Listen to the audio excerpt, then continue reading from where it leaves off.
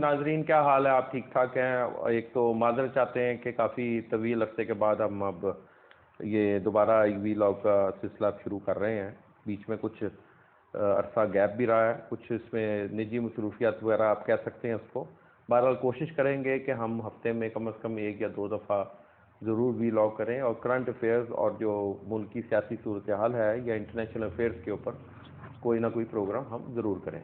ये रिजवान चौधरी साहब से दोबारा आज मुलाकात कर रहे हैं। हम इनसे इस हवाले से पूछेंगे कि बात करेंगे कि मौजूदा जो सूरत हाल बनी है इलेक्शन के बाद, ज़मीनी इंतखाबात के बाद, वो क्या बनी है। जी अस्सलाम वालेकुम रिजवान, कैसे हैं आप? ठीक ठाक हैं? अल्लाह का शुक्र है जी, बिल्कुल। देखिए, वो एक तो ये चीज़ पूछनी थी कि ज़मीनी इंतखाबात में जो वो सारे तजिए और सारे वो गलत साबित हो गए। कोई कह रहा था 15 सीटें लेके जाएंगे, कोई कह रहा था कि नून लीग वाले 12 सीटें लेके जाएंगे, और वो तो ना 12 आई ना 15 आई। ये तो सिर्फ उनके हिस्से में 4 सीटें आई हैं, और 4 सीटें आई हैं। और वो सरप्राइज़ ये हुआ है कि जी पीटीआई ने 15-16 सीटों 15 सीटें वो लेगी पीटीआई।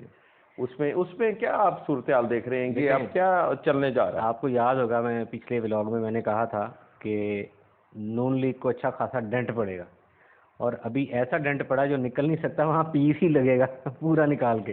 बिल्कुल ऐसा डेंट पड़ा, डेंट बिल्कुल पड़ा। और उसकी वजूहात हैं। देखें,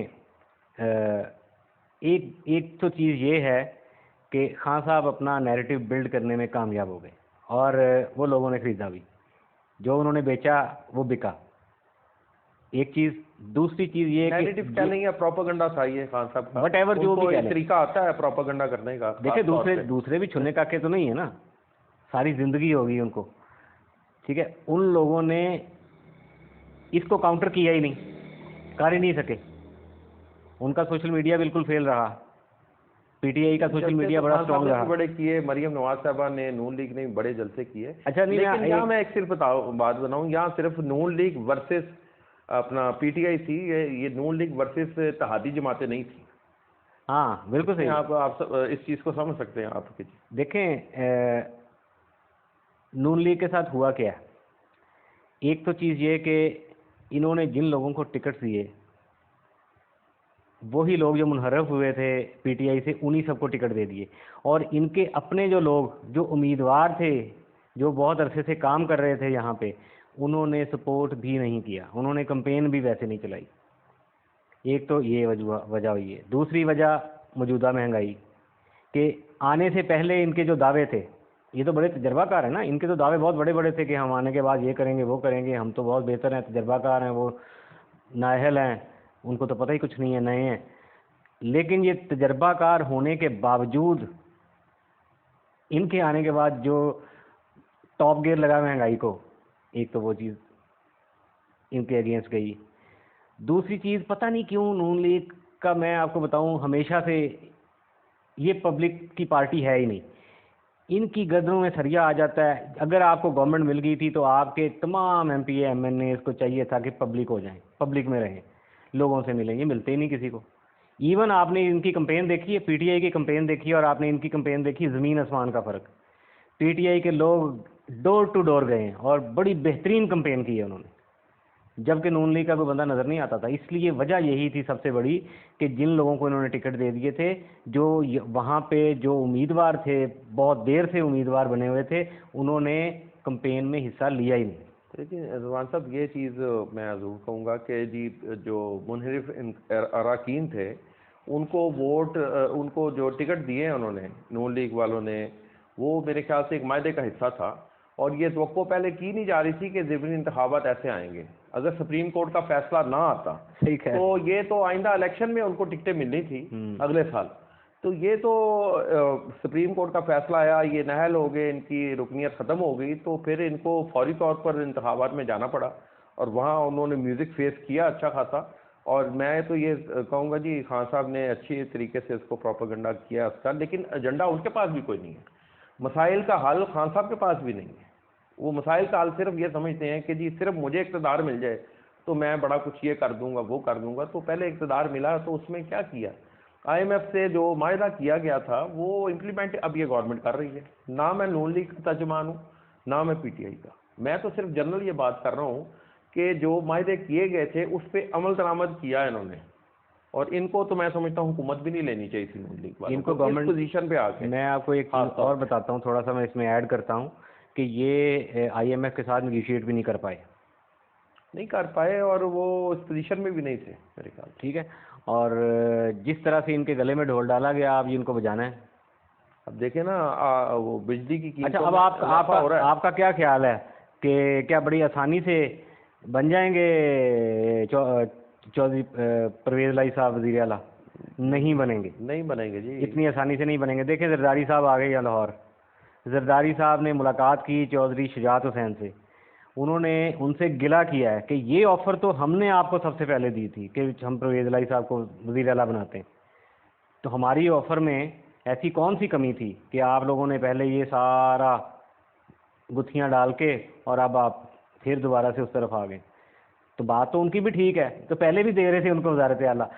अब अगली बात ये कि जो राना सनाउल्लाह साहब ने एक बयान दिया कि 5 से 6 लोग अगर गायब हो जाएं तो हो सकता है बैक एंड पे कोई इनका डील चल रही हो कि कुछ लोग वैसे ही अंडरग्राउंड हो जाएं, वो आए ना वोटिंग के। अभी ये नहीं होगा कि 186 वोटें चाहिए आपको, वो तो जो अक्सरियत है वो अब अगर एक वोट भी ज़्यादा है ना वो वज़ीर आला बन जाएगा।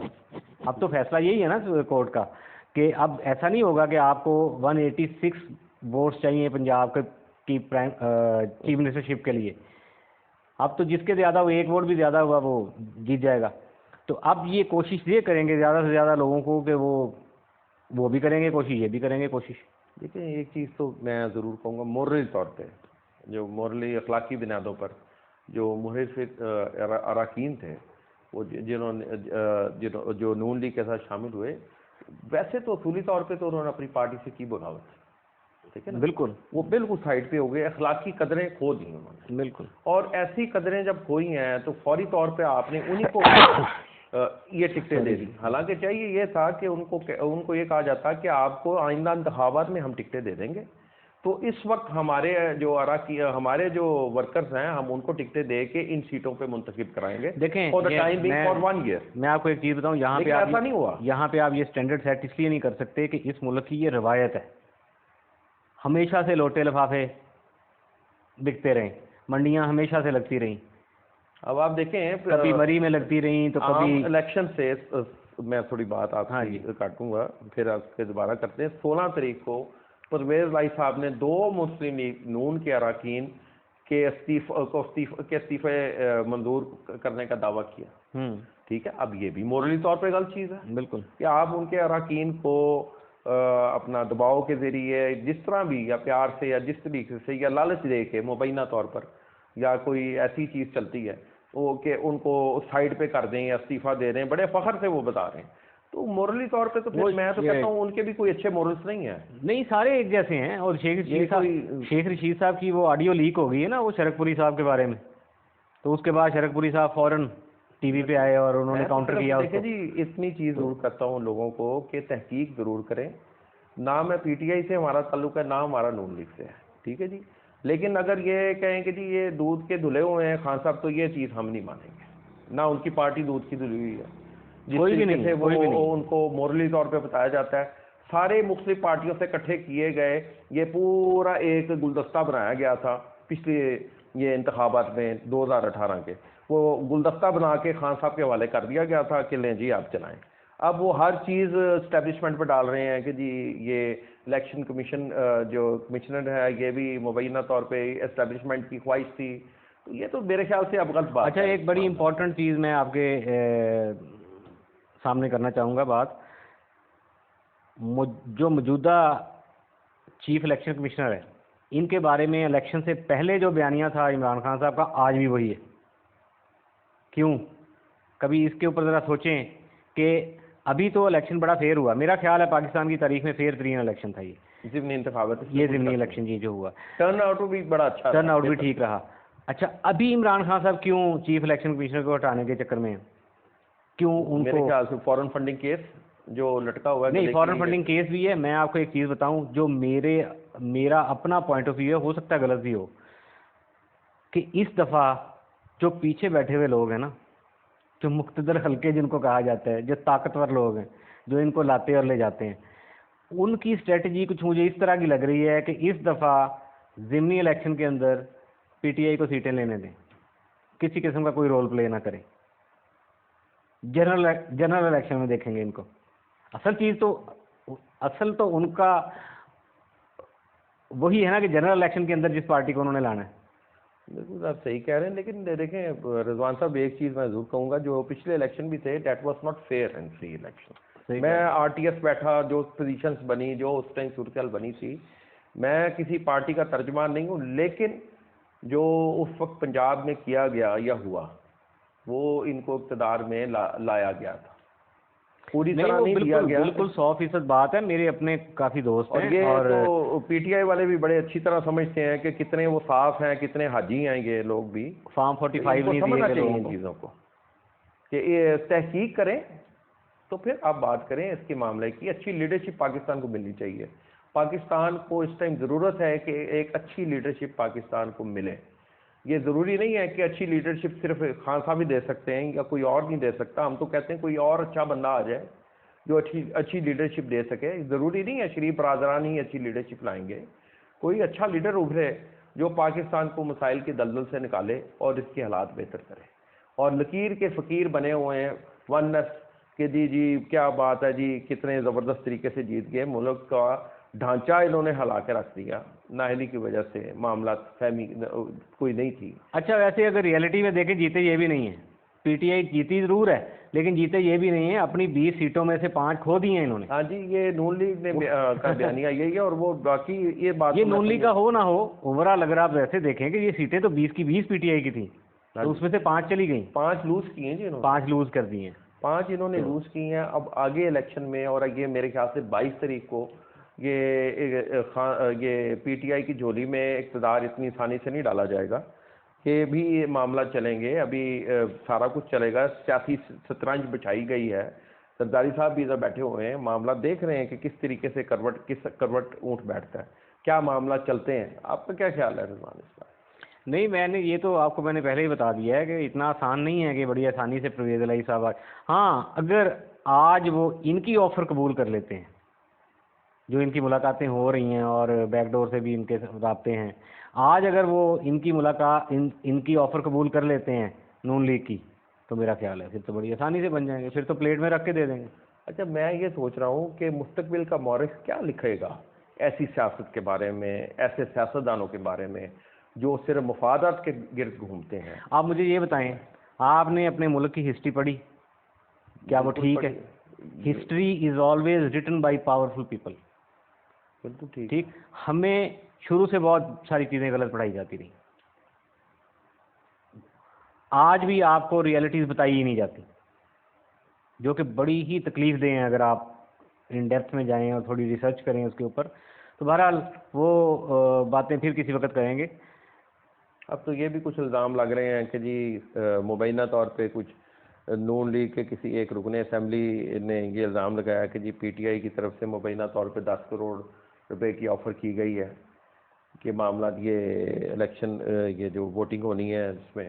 अब ये क्या सिलसिला चल रहा है, मुझे नहीं समझ आ रही। ये हम बेसिक कौम को क्या दे रहे हैं? महंगाई तो हम दे रहे हैं, एक गैर यकीनी सूरत भी हम दे रहे हैं, जिससे हमारा कारोबार और मज़ीद डिस्टर्ब हो रहा है। जो हमारे मुल्क के कारोबार है, ये क्या हम मैसेज दे रहे हैं? ये हमें क्यों नहीं समझ आ रही हमारी सियासतदानों को कि इतनी यानी कि गैर यकीनी सूरत पैदा करनी है।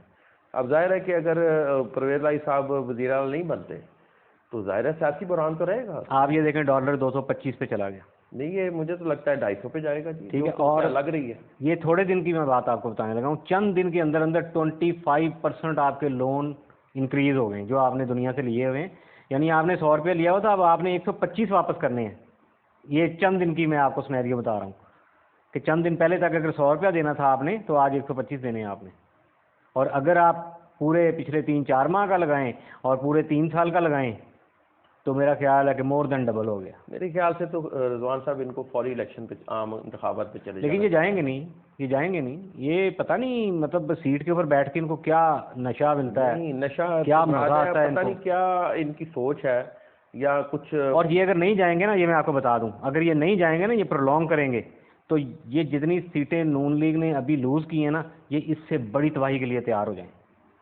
इसलिए कि ये अवामी पार्टी है ही नहीं, ये भी मैं आपको बता दूं। ना इन्होंने पब्लिक में रहना है, ना इन्होंने पब्लिक में जाना है। ये जब इक़्तिदार में होते हैं ये किसी को मिलते नहीं हैं। और ये अच्छा ये समझ रहे वही ट्रेडिशनल वो पुराना कन्वेंशनल तरीकाकार कि इनके सामने पीपल्स पार्टी होगी। अभी यार बड़ा मॉडर्न दुश्मन है आपका, आप उसके साथ मुकाबला कर ही नहीं सकते।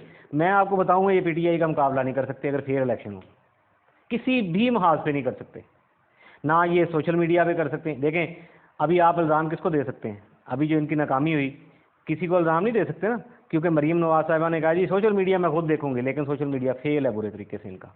बिल्कुल फेल है। अच्छा रिजवान साहब, एक चीज़ तो ये कहती कि एक तो ये हमें कमी महसूस हुई साबिक प्राइम मिनिस्टर मियां मोहम्मद नवाज शरीफ साहब की। हाँ, अगर वो कंपेन करते, वो खुद होते इधर, तो उस वक्त शायद नताइज कुछ और भी हो सकते थे। या कहा जाता है कि खान साहब मियां मोहम्मद नवाज शरीफ साहब तो शुरू से नहीं चाहते थे कि ये इक़्तिदार ऐसे संभाले फॉर शॉर्ट टर्म, हाँ वो शुरू से नहीं जो चाहते। कि इन्होंने संभाला। अब ये एक तरफ तो ये हमें कभी बड़ी महसूस हुई मियां मोहम्मद नवाज शरीफ साहब की कंपेन में, क्योंकि वो उनके नाम का वोट पड़ता है। आपको एक चीज़ बताऊं, इस मुल्क में फैसले करने वाले कोई और हैं, इस बात को हम भूल जाते हैं। आपको याद होगा कि जब नून लीग को 2/3 मेजॉरिटी मिली थी, अभी काउंटिंग हो रही थी, और मियां नवाज शरीफ साहब ने अपने घर की बालकोनी पे खड़े होकर लोगों को खिताब किया था। बेसिकली उनको बताया था कि मुझे ज़्यादा सीटें देंगे, 2/3 मेजॉरिटी देंगे तो मैं हुकूमत बनाऊंगा, नहीं तो नहीं बनाऊंगा। तो उन्होंने 2/3 मेजॉरिटी दी, अभी काउंटिंग हो रही थी। यहाँ पे ये फैक्टर बहुत इंपॉर्टेंट है। हम जो मर्जी बातें करते रहे, नून लीग की ये गलती, पीटीआई की ये सक्सेस, पीटीआई की ये गलती, नून लीग की ये सक्सेस, एक्चुअली इनकी सक्सेस और इनकी जो मिस्टेक्स हैं उनके पीछे एक पूरा स्क्रिप्ट लिखा हुआ है। अच्छा, ये इतनी गैर यकीनी सूरत हाल है कि रिजवान साहब कोई सियासी पेश गोई भी नहीं की जा सकती, लेकिन ये ज़रूर मैं कहूँगा कि ये थाली में रख के नहीं मिलेगा इक़्तिदार परवेज़ लाई साहब को। ये अब इन्होंने भी जब हफ्जा शहबाज साहब भी जब वज़ारत आला के उम्मीदवार थे, तो उस वक्त उनको शायद सूरत हाल बेहतर हो। मैं बीइंग एन ऑप्टिमिस्टिक पर्सन के कुछ ये अपना कुकिंग ऑयल की कीमतों में कमी आई है, ठीक है, मैं तो पॉजिटिव चीज़ भी थोड़ी सी देख लूँगा, उसकी कमी को आई है। इसके अलावा फ़िलहाल पेट्रोल की कीमत में थोड़ी बहुत बेशक जो भी है कमी है, चीनी की कीमत स्टेबल है, सूरत हाल कुछ बेहतर भी हो सकती है। बहरहाल इस पर हम लहरा डिस्कस करेंगे। नाज़रीन नेक्स्ट वीलॉग के साथ हाजिर होंगे, और हमारे चैनल को सब्सक्राइब भी कीजिएगा, लाइक भी कीजिएगा, और बेल आइकन के बटन को दबाइएगा। अल्लाह ने के बाद, अल्लाह हाफ़िज़।